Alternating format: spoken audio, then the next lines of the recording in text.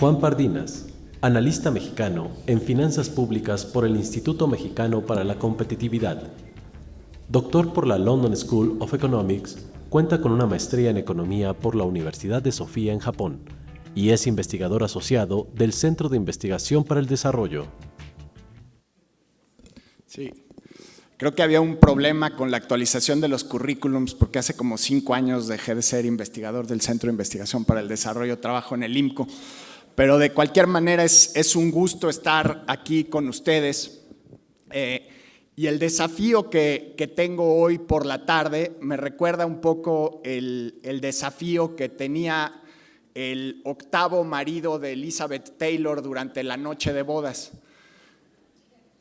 Está muy claro lo que tengo que hacer, ahora el reto que tengo es hacerlo mejor que todos los demás que me precedieron, lo cual en este caso está bastante complicado.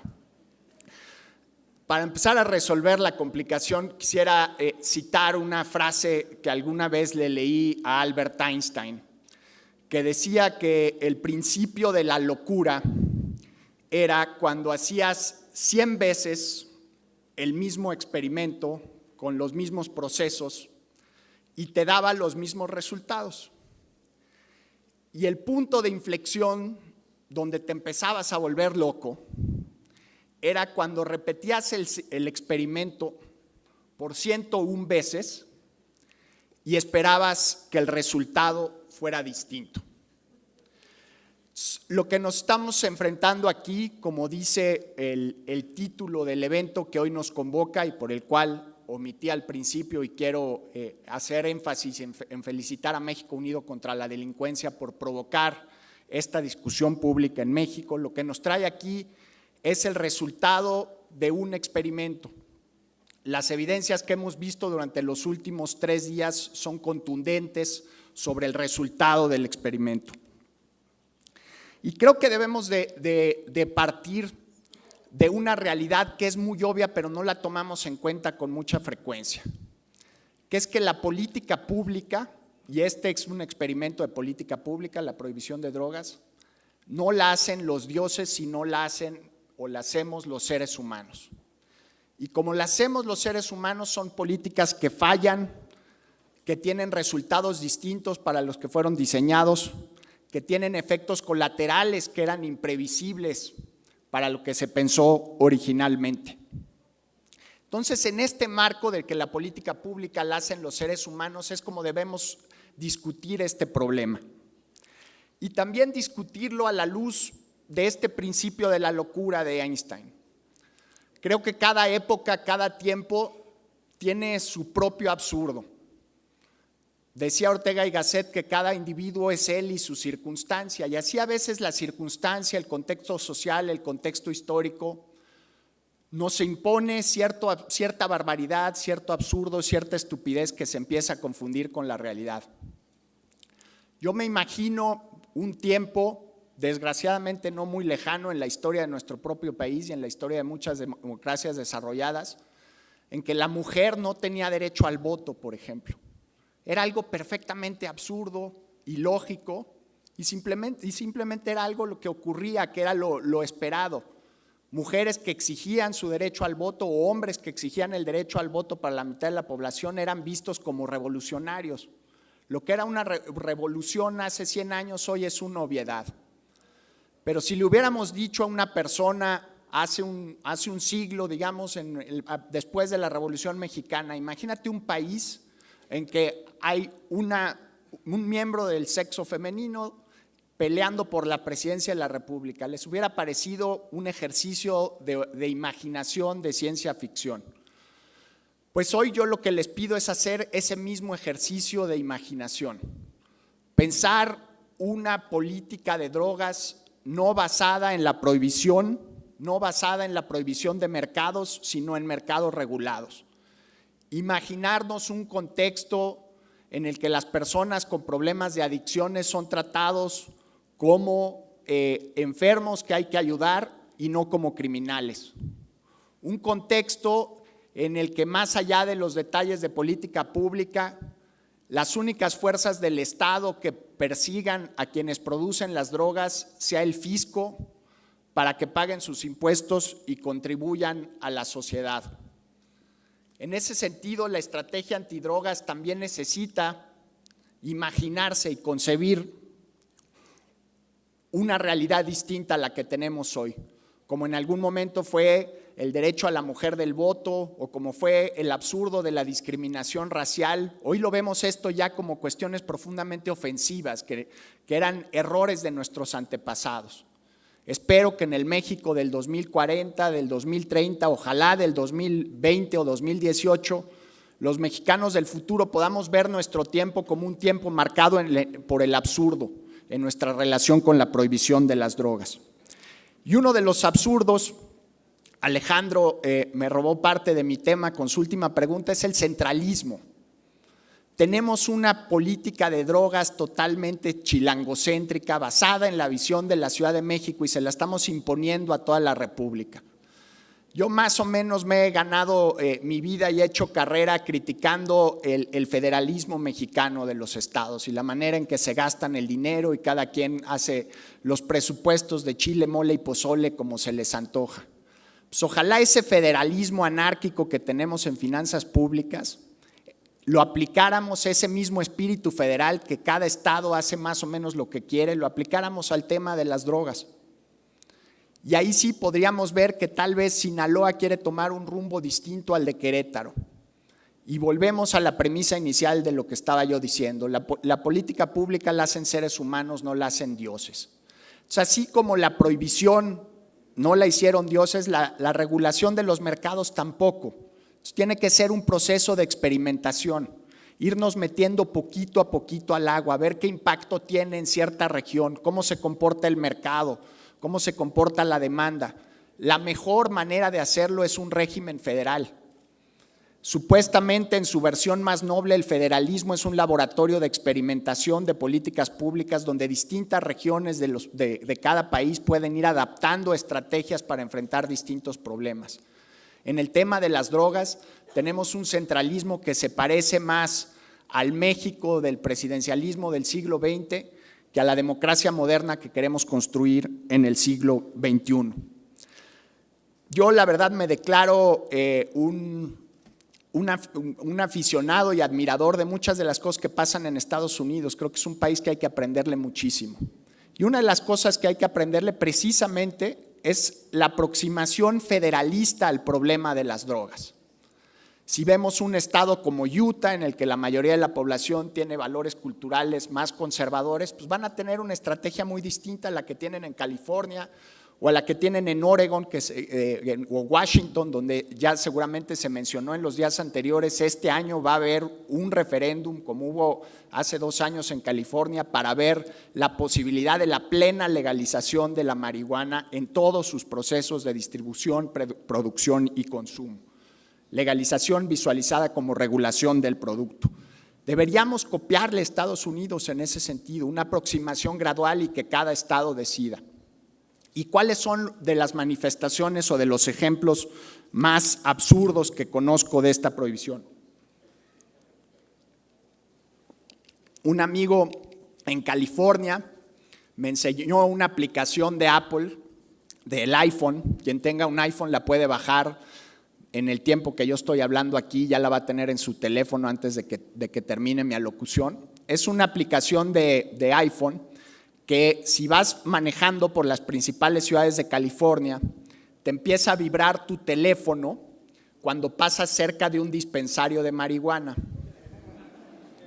Y después la misma aplicación del iPhone te dice cuál es el doctor más cercano que te puede dar una receta para después ir al dispensario.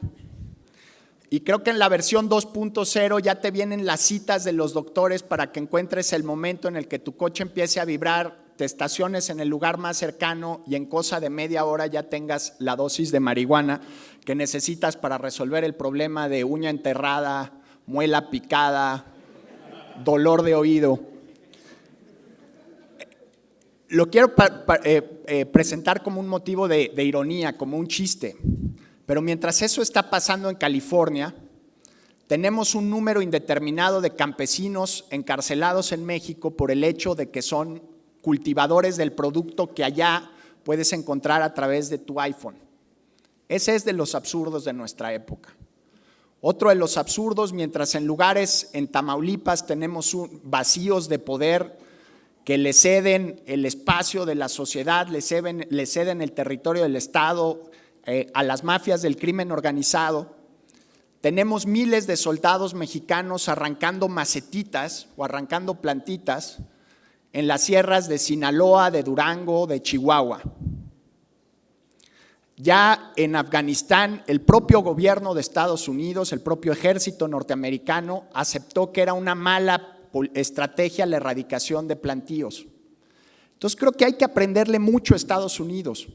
Tienen una aproximación estatal, cada estado determina su destino. Ellos ya no están impulsando la erradicación de plantíos o no la impulsaban ya en el último periodo mientras estaban en Afganistán. Debemos aprender de esas estrategias para ir evolucionando esta política. Y aprenderle de otro tema muy importante. Aquí los niños mexicanos, desde que vamos en nuestro primer año de primaria, nos zorrajan el concepto de la soberanía. La soberanía es algo muy complicado de definir y creo que Bernardo González Arechiga lo puso muy bien. México debe pensar en su propio interés.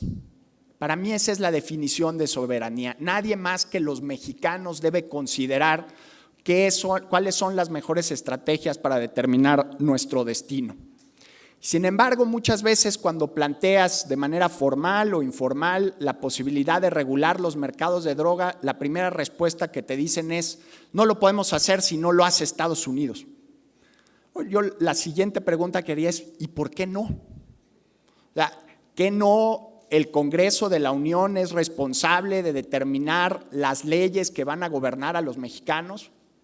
Y la última vez que vi al Congreso de la Unión estaba por allá, creo que es la delegación Gustavo A. Madero, y no estaba en Washington, D.C. Entonces, somos un país soberano, nos la debemos de creer. Y el tema de la regularización de los mercados de las drogas es la prueba de que México es o no un país soberano.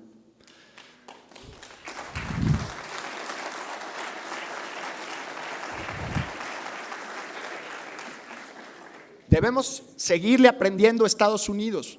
Estados Unidos es un país soberano que por sus peculiaridades históricas confunden a la libertad con el derecho a la aportación de armas. Nos parece perfectamente abominable al resto del mundo, pero ellos son un país soberano y ellos así lo determinan.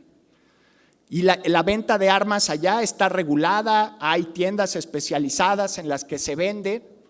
¿Por qué no los mexicanos le podemos dar a la marihuana el mismo trato que Estados Unidos le da a las armas? Ahí radica la noción de soberanía. Cuando se habla de la regulación de mercados, efectivamente hay muchas cosas que no sabemos, las estadísticas son muy confusas, los modelos económicos muy complicados. Es muy difícil determinar cómo se va a comportar el mercado de las drogas. Ahí es una falla de la imaginación, una falla de la técnica, una falla de la estadística. Las investigaciones más serias lo que te ofrecen son rangos sobre cómo se va a comportar el precio, algunas intuiciones sobre cómo se va a comportar la demanda. Eso no lo podemos saber, no sabemos cómo va a reaccionar el mercado y la oferta de drogas ante una eventual regularización. Lo que sí podemos intuir es cómo va a reaccionar el Estado mexicano.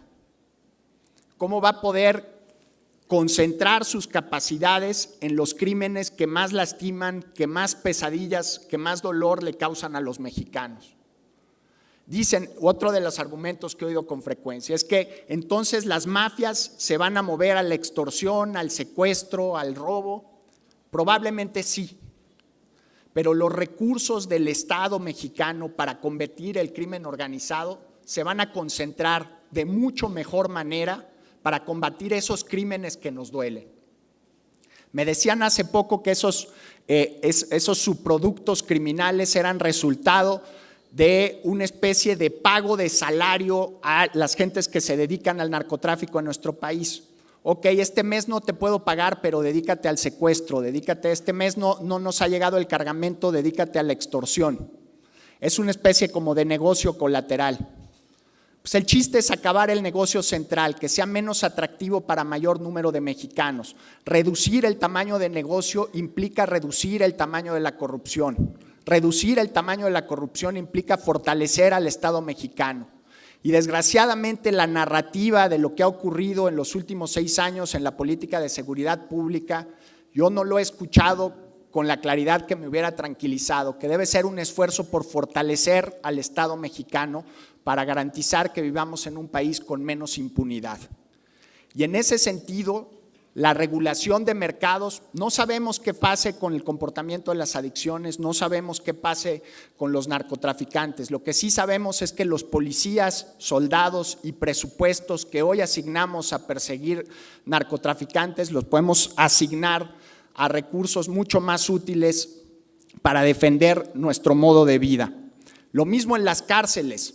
Estaba yo preguntando en el IMCO, que pues nuestra especialidad son las bases de datos, si existe información granulada, detallada, de todos los delitos por temas de drogas y salud, todas las personas encarceladas, si podíamos distinguir cuántos eran campesinos atrapados durante operativos de erradicación de plantíos.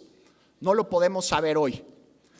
Pero habría que imaginar los problemas de sobrepoblación de las cárceles mexicanas si excluyéramos a los presos que están ahí estrictamente por delitos contra la salud, que no asesinaron, que no secuestraron, que no extorsionaron, que no utilizaron a la violencia como un medio de negocio. Estos criminales, en esencia, su modelo de negocios depende de 2 factores: la impunidad y la capacidad del ejercicio de la violencia. La impunidad está relacionada con su poder económico para corromper. Si debilitamos ese poder económico, vamos a tener un Estado más fuerte con capacidad de enfrentar los retos. Entonces creo que no debemos de tener miedo sobre los experimentos, los debemos hacer gradualmente. Uno de los problemas que tenemos es que planteamos las leyes como si fueran para siempre.